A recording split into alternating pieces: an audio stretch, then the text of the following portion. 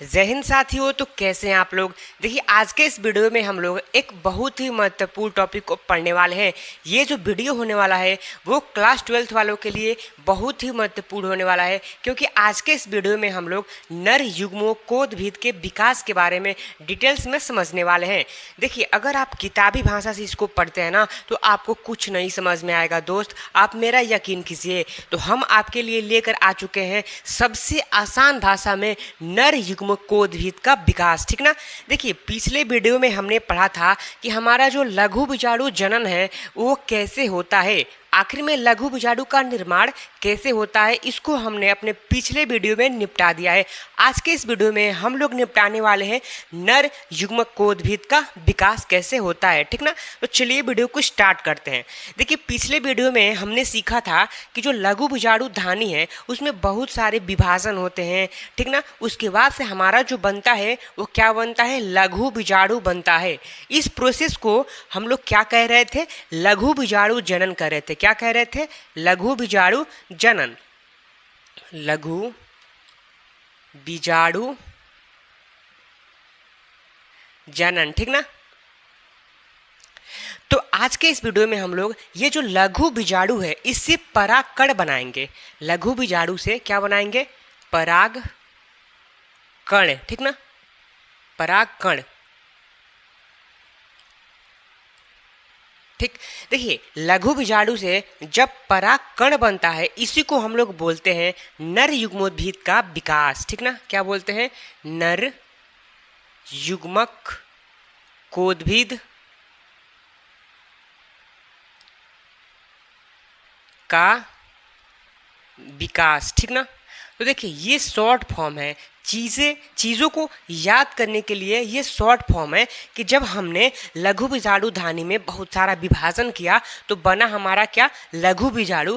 इस प्रोसेस को हम लोग क्या बोलते हैं, इस प्रोसेस को बोलते हैं लघु बीजाणु जनन।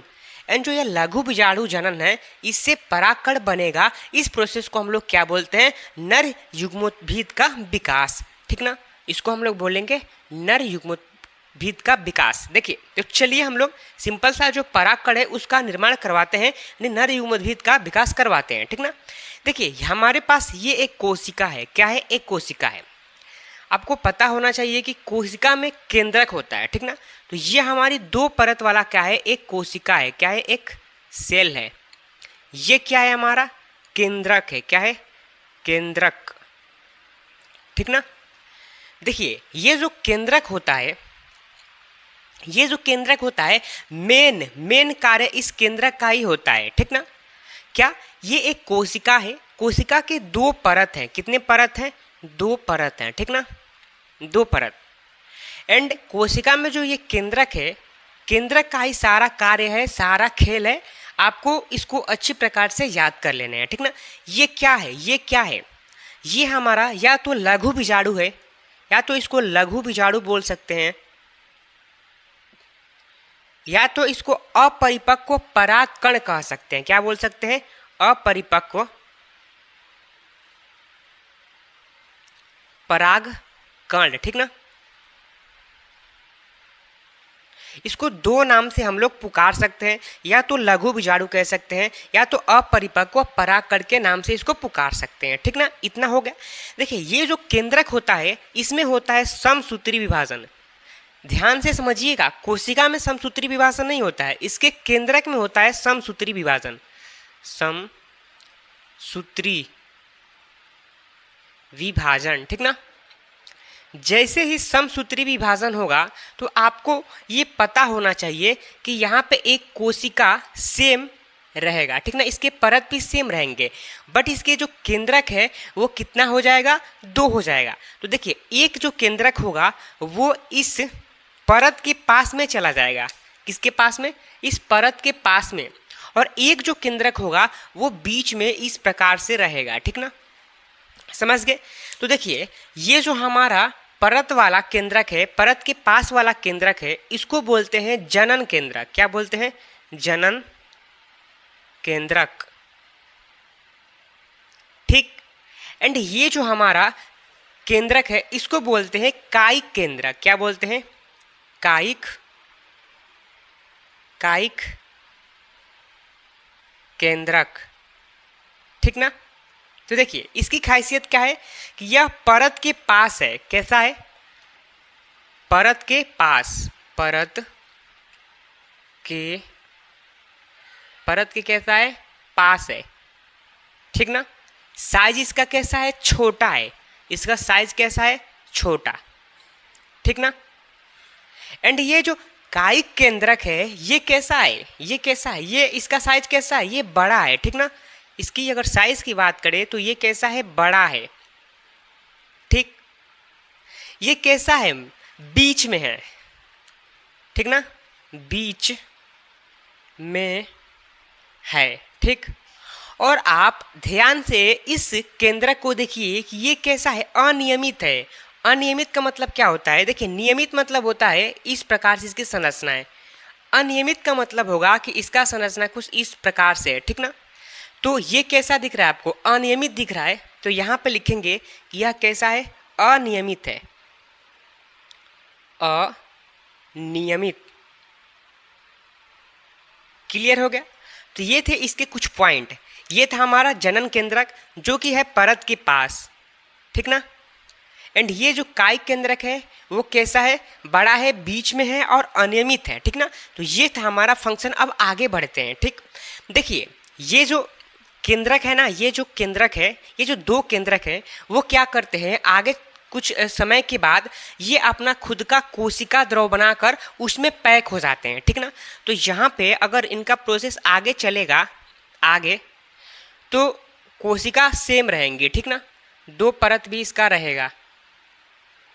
बट आगे में ये जो हमारा केंद्रक है ये कोशिका द्रव में क्या हो जाएगा? पैक हो जाएगा। ये केंद्रक हो गया, ठीक ना। एंड ये जो नीचे वाला बड़ा अनियमित केंद्रक है वो भी कोशिका द्रव में क्या हो जाएगा? पैक हो जाएगा। तो जैसे ही कोशिका द्रव में पैक हो जाएगा तो हम लोग इसको क्या बोलेंगे कि ये जनन कोशिका हो चली। क्या हो चली? जनन कोशिका। इसको लिखेंगे क्या है? जनन सेल है। एंड ये क्या हो चली? कायिक सेल, यानी कि कोशिका, ठीक ना, कायिक सेल, ठीक। इतना समझ में आ गया आपको कि यहाँ पे एक कोशिका था, उसके केंद्रक में समसूत्री विभाजन हुआ, दो केंद्रक बन गया। तो जो परत के पास वाला केंद्रक है उसको हम लोग बोल रहे हैं क्या? जनन केंद्रक। ये कैसा है? परत के पास है, छोटा है। एंड जो ये बड़ा केंद्रक बना है इसको बोल रहे हैं कायिक केंद्रक। ये कैसा है? बड़ा है, बीच में है, अनियमित है, ठीक ना। यहाँ आगे कुछ समय बाद क्या हुआ कि ये जो केंद्रक है उन्होंने अपना खुद का कोशिका द्रव बना लिया और अपने आप को कोशिका द्रव में क्या कर लिया? पैक कर लिया। दोनों ने पैक कर लिया। तो यहाँ से जो केंद्रक बोल रहे थे यहाँ पे हम लोग बोलने लगे सेल है, कोशिका है, ठीक ना। खुद का एक कोशिका हो गया। फिर से ये भी अपना खुद कोशिका हो गया, ठीक ना। तो ये इसको हम लोग क्या बोल रहे थे? जनन कोशिका। इसको हम लोग क्या बोल रहे थे? कायिक कोशिका। इतना आपको समझ में आ गया होगा। तो आगे बढ़ते हैं, ठीक ना। देखिए ये जो हमारा जो जनन सेल है आगे चलकर इसमें क्या होगा? इसमें होगा समसूत्री विभाजन। यानी कि यहाँ पे हमारा कुछ समय बाद इसमें क्या देखने को मिलेगा? समसूत्री विभाजन, ठीक ना। किसमें देखने को मिलेगा? तो जनन सेल में, यानी कि जनन कोशिका में समसूत्री विभाजन देखने को मिलेगा। तो यहाँ पे हम लोग बनाएंगे एक कोशिका, ठीक ना। इसके दो परत हो गए, ठीक। ये जो हमारा कायिक कोशिका है वो सेम एज इट इज ऐसे ही रहेगा, ठीक। क्लियर हो गया? इसको पेंट कर दे रहे हैं ताकि लगे कि ये केंद्रक है, ठीक ना। एंड यहाँ पे जो हमारा ये जनन कोशिका है वो कितने में बदल गया? दो में बदल गया। तो यहाँ पे एक कोशिका हो गया एंड यहाँ पे एक दो कोशिका हो गया, ठीक ना। तो इन्हीं कोशिका को हम लोग बोलते हैं क्या? नर युग्मक है। क्या है? नर युग्मक हो चले, ठीक ना। क्या हो चले? नर युग्मक हो चले। ये हमारा क्या है? ये कायिक कोशिका है। क्या है? कायिक कोशिका, ठीक ना। ठीक। तो यही है हमारा क्या? नर युग्मोद्भिद का विकास। इस पूरे प्रोसेस को हम लोग बोलते हैं नर युग्मोद्भिद का विकास। क्या बोलते हैं? नर युग्मकोद्भिद का विकास, ठीक ना। तो देखिए हमने इसको बहुत ही साधारण लैंग्वेज में, अपने लैंग्वेज में इसको समझ लिया है। बोर्ड एग्जाम में आप इस प्रकार से भी लिख सकते हैं, चाहे जो प्रोसेस हुआ है उसको अपने मन से बनाकर भी लिख सकते हैं, ठीक ना। तो अगर आपको ये वीडियो अच्छा लगा होगा तो आप हमारे चैनल क्लास 10th वाले को सब्सक्राइब कर दीजिए इस प्रकार के वीडियो को देखने के लिए, और आप कमेंट ज़रूर कीजिए कि ये वीडियो आपको कैसा लगा है, ठीक ना। तो धन्यवाद, मिलते हैं अगले नए वीडियो में।